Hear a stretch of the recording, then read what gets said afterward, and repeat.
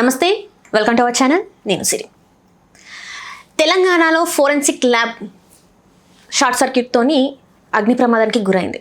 So దీంట్లో చాలా అనేకమైన కీలక ఫైల్స్ ఉన్నాయి.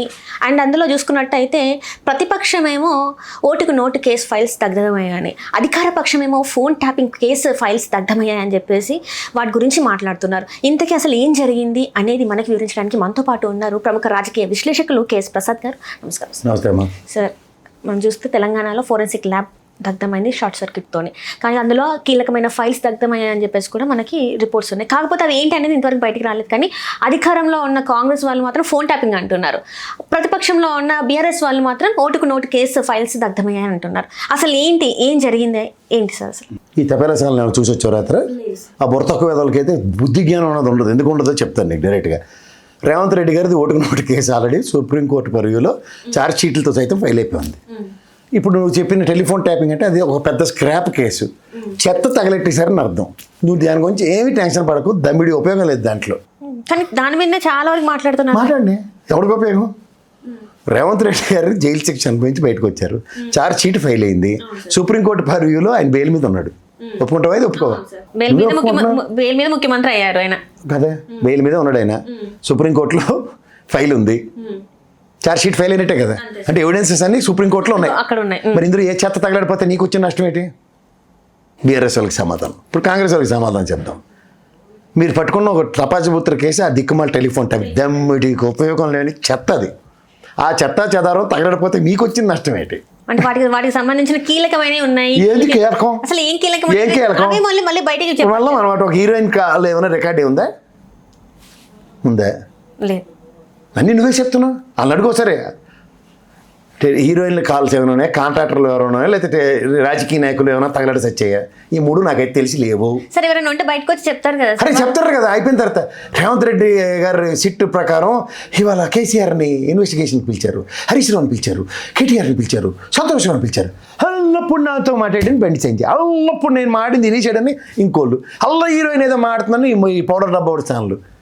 లేర్రా ఇల్లని అడిగారు. సుప్రీంకోర్టు కూడా అదే అడిగిందా? లేర్రా అంటే వాళ్ళు ఎవరు చెప్పుకుంటున్నారు సార్, ఈసారి దొరికితే మాత్రం చెప్తాం సార్, చదవతల పండి అని చెప్పి ఫైల్ ఇసిరేసింది.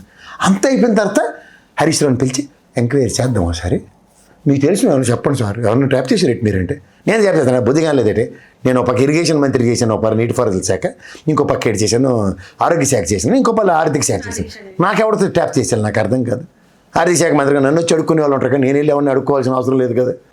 అంటే ఇప్పుడు కేసు ఫైల్ చేసినప్పుడు ఒకటే చిన్నది సార్, అంటే మీకు కూడా తెలిసే ఉంటుంది, కేంద్ర హోంశాఖ నుంచి వెళ్ళి అక్కడ వాళ్ళు చెప్తే కానీ మనకి అది నేను చెప్తాను, మళ్ళీ నాకే ప్రశ్నిస్తాను. అట్లానే కాదు సార్, నేను అనేది ఇలాంటి చిన్నవి కూడా తెలియదా వీళ్ళకి, ఇంత ఆరోపణలు ఇవన్నీ. అందుకే డీజీపీ గారిని, ఇప్పుడున్న డీజీపీ గారిని కానీ గతంలో ఆయన ఇంటెలిజెన్స్ ఐజీ గారిని పిలిచేవాడిని అడుగుతుండ్రు. వీళ్ళు ఇంతవరకు అడగలేదు సార్.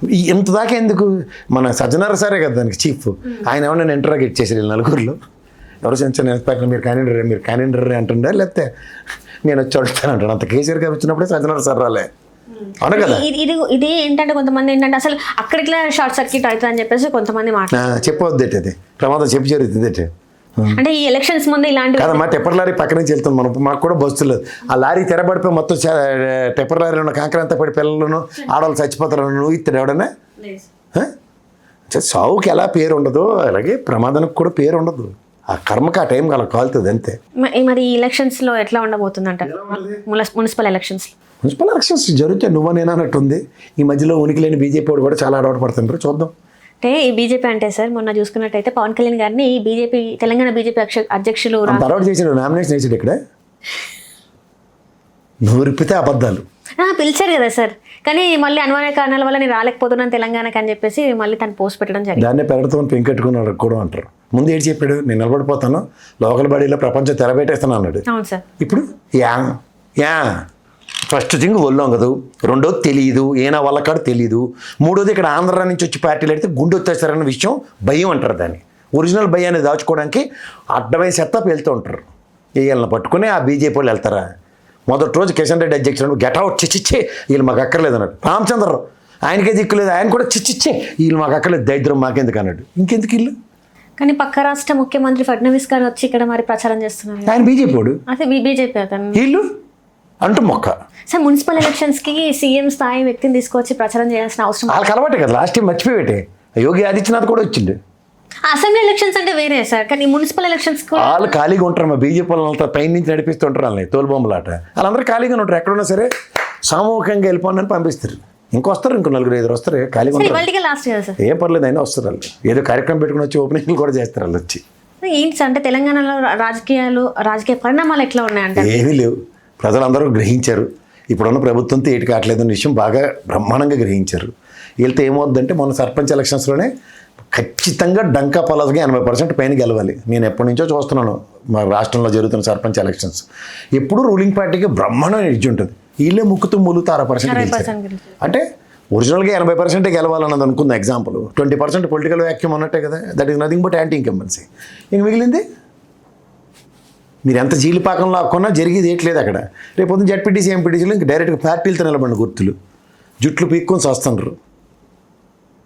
జగిత్యాలు చాలు జీవన్ రెడ్డి సమస్య, అలాంటివి మొత్తం రాష్ట్రం మొత్తమే చాలా సమస్యలు. పార్టీకి సంబంధించిన వ్యక్తులు కాకుండా ఇండిపెండెంట్ నిలిచిన వాళ్ళకి సపోర్ట్ చేస్తున్నారు. మరి అది అదొక ఫెయిల్యూర్ అన్నట్టే కదా సార్, కాంగ్రెస్ ఒక మైనస్ పాయింట్ అన్నట్టు కదా. కలెక్టివ్నెస్ ఎప్పుడైతే మిస్ అవుతుందో ఆ కలెక్టివ్నెస్కి ఒరిజినల్ కాంగ్రెస్ స్ట్రింట్ అంతా పోతుంటే ఏమవుతుంది? పారాచూట్ బ్యాచ్లని మేము ఎంటర్టైన్ చేసుకుంటున్నాం, అలాగే నాతో పాటు అనుకుంటే అలాగే ఉంటుందమ్మా. ఒరిజినల్ స్ట్రాంగ్ లీడర్స్ ఎవరైతే ఉన్నారో, strongest leaders in respect to ఆరిజిన్స్లో వాళ్ళ క్షేత్రస్థాయిలో వాళ్ళకి డిస్క్రిప్షన్స్ ఇవ్వకుండా పనిచేద్దాం అంటే కుదరదు. పార్టీ పుట్టిన కాడి నుంచి నమ్ముకుని ఉన్న వాళ్ళు, రాజకీయాలు చేస్తున్న కాడి నుంచి ఉన్నారు. జీవన్ రెడ్డి గారు కానీ ఈ మధ్య అంటే ఉత్తమ్ కుమార్ రెడ్డి అటు ఇటు కప్పదాట్లు వేసాడు, కానీ ఒరిజినల్గా కాంగ్రెస్ లీడర్లే కదా వాళ్ళు. అలాంటి వాళ్ళకి డిస్క్రిప్షన్స్ లేకుండా ఎంతసేపు ముఖ్యమంత్రి నామకం చూసి వేసేస్తారు గెలిచేస్తారంటే స్థానికంగా స్థానిక సంస్థల్లో అంత చరిష్మా ఉన్న వాళ్ళు రాజశేఖర రెడ్డి గారు లేకపోతే ఇప్పుడు జగన్మోహన్ రెడ్డి ఇలాంటి వాళ్ళతో అయితే అనుకోవాలి తప్ప వీళ్ళెవరమ్మా.